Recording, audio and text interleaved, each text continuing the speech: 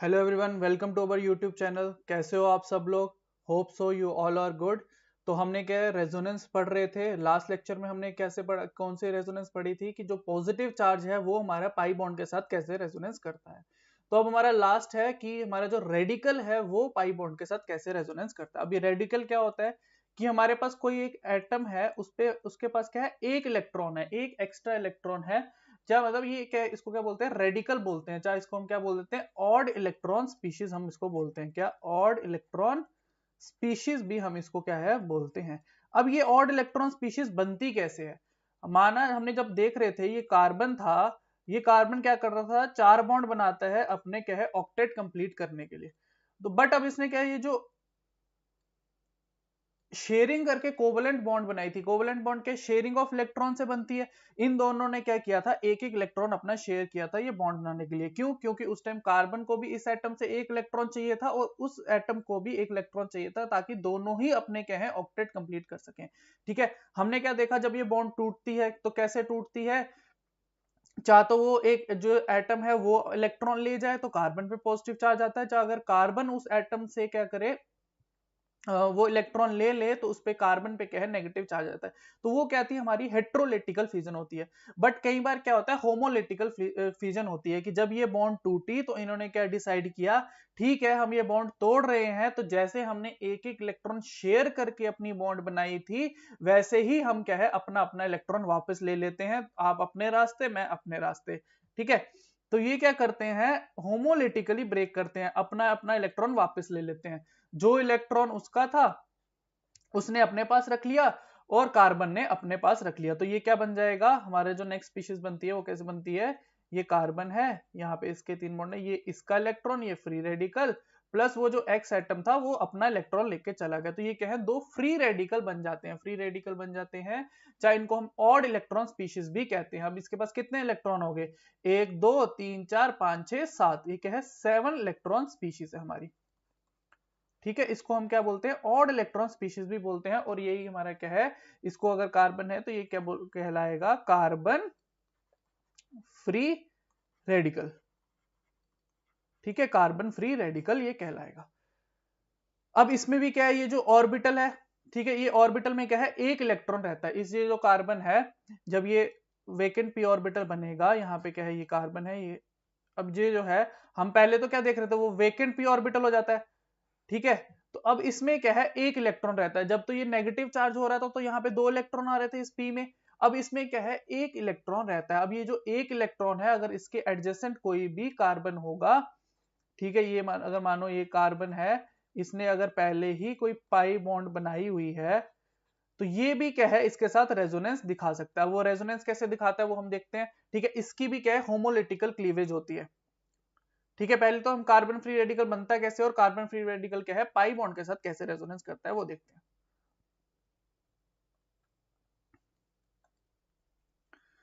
ये अगर मानो हमारे पास कोई ग्रुप था, ये क्या है, कार्बन फ्री रेडिकल। अब इसमें क्या होता है, इसमें ये वाली बॉन्ड भी क्या है, होमोलिटिकल क्लीव होती है। ठीक है, ये भी होमोलिटिकली क्लीव होती है।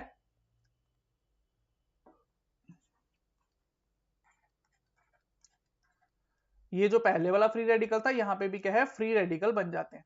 अब ये क्या है, ये फ्री रेडिकल है। अब ये वाला जो है, ये वाले जो दोनों आपस में क्या है, ज्वाइन होके क्या है, बॉन्ड बना देते हैं।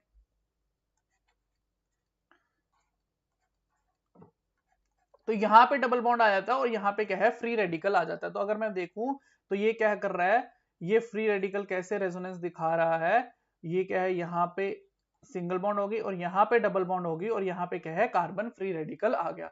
तो यहाँ पे भी क्या हो रहा है, ये जो फ्री रेडिकल है इसकी क्या हो रही है, डीलोकलाइजेशन हो रही है। ठीक है, ये जो फ्री रेडिकल है इसकी भी क्या है, डीलोकलाइजेशन हो रही है,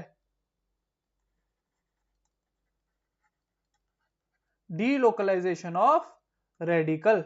और हमने क्या देखा है, जब भी ये डीलोकलाइजेशन होती है उससे हमें क्या मिलती है, स्टेबिलिटी मिलती है। तो हमारा जो भी फ्री रेडिकल होगा, जहां पे भी वो फ्री रेडिकल क्या है, रेजोनेंस दिखा पाएगा, रेजोनेंस दिखा पाएगा मतलब कि वो डीलोकलाइज अगर हो पाएगा, तो डीलोकलाइजेशन होने से क्या होगा, उसकी क्या है, स्टेबिलिटी बढ़ेगी। क्या बढ़ेगी, स्टेबिलिटी बढ़ेगी। ठीक है, बस सेम कंसेप्ट है, हम पहले भी पढ़ के आए हैं ये सब चीजें, बस हमें थोड़ी सी स्टेबिलिटी कंपैरिजन आना चाहिए। ठीक है, अगर मैं ये क्वेश्चन दूं, ये मेरे पास एक रेडिकल है फर्स्ट और एक ये रेडिकल है, तो बताओ इन दोनों में से स्टेबल कौन सा होगा। अगर आप देखोगे कि सर यहाँ पे तो कोई भी क्या है रेजोनेंस नहीं दिखा सकता, बट ये वाला क्या है रेजोनेंस दिखा सकता है। क्या कर सकता है, रेजोनेंस दिखा सकता है। ये बॉन्ड यहाँ क्लीव होगी और ये यहाँ पे आके दोनों रेडिकल क्या है आपस में ज्वाइन होके यहाँ पे डबल बॉन्ड बना देंगे। तो यहाँ पे डबल बॉन्ड आ जाएगी, रेडिकल यहाँ पे हो जाएगी। तो ये क्या कर रहा है, डीलोकलाइजेशन। रेडिकल यहाँ से क्या है यहाँ पे जनरेट हो गया, तो क्या है डीलोकलाइजेशन हो रही है। तो ये वाला क्या है ज्यादा स्टेबल रहेगा, ये वाला रेडिकल क्या है ज्यादा स्टेबल रहेगा। अगर मैं एक और देखूं,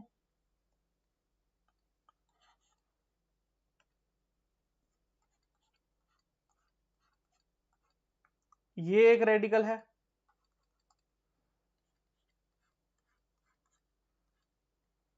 और ये रेडिकल है, बताओ इन दोनों में से कौन सा स्टेबल होगा। वीडियो पॉज करो और बताओ कौन सा स्टेबल होगा।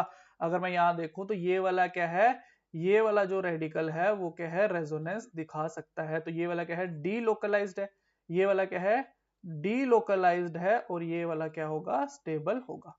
ठीक है, हमें क्या है ज्यादातर स्टेबिलिटी कंपैरिजन ही आना चाहिए।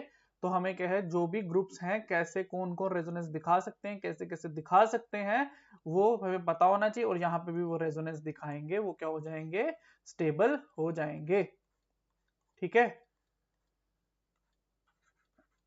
अगर ये मैंने एक रेडिकल बनाया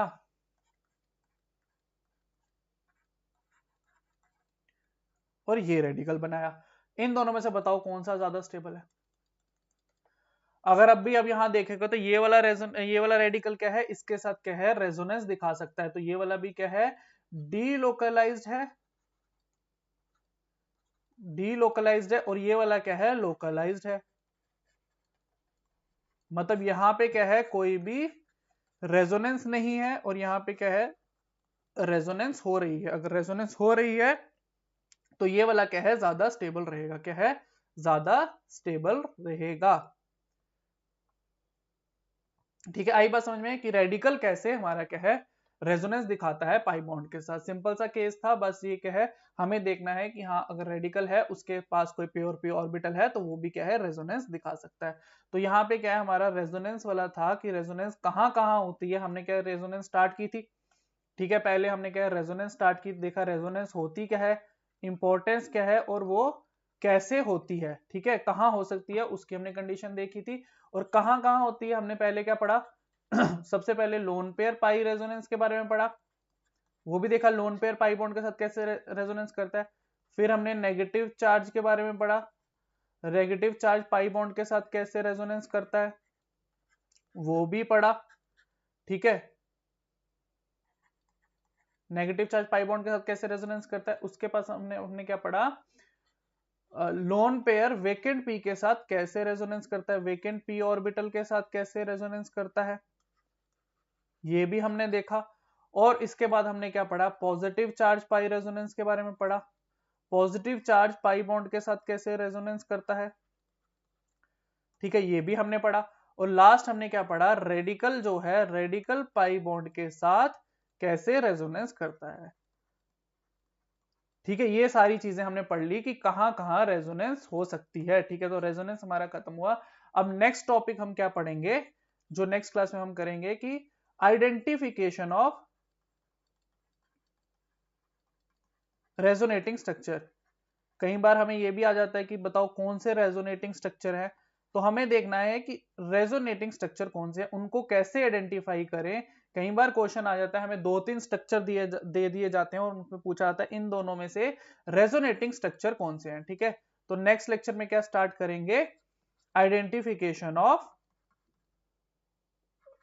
रेजोनेटिंग स्ट्रक्चर्स। रेजोनेटिंग स्ट्रक्चर्स कैसे पहचानते हैं और वो कैसे पता लगता है। ठीक है, तो ये हम क्या है नेक्स्ट क्लास में शुरू करेंगे। तब तक के लिए ये सब पीछे वाला रिवाइज कर लेना, जितने क्वेश्चन दिए थे वो सब करके देखना। ठीक है, और बताना कि समझ आ रहा है कि नहीं आ रहा। तब तक के लिए थैंक यू सो मच, मिलते हैं नेक्स्ट क्लास में। Bye bye, take care.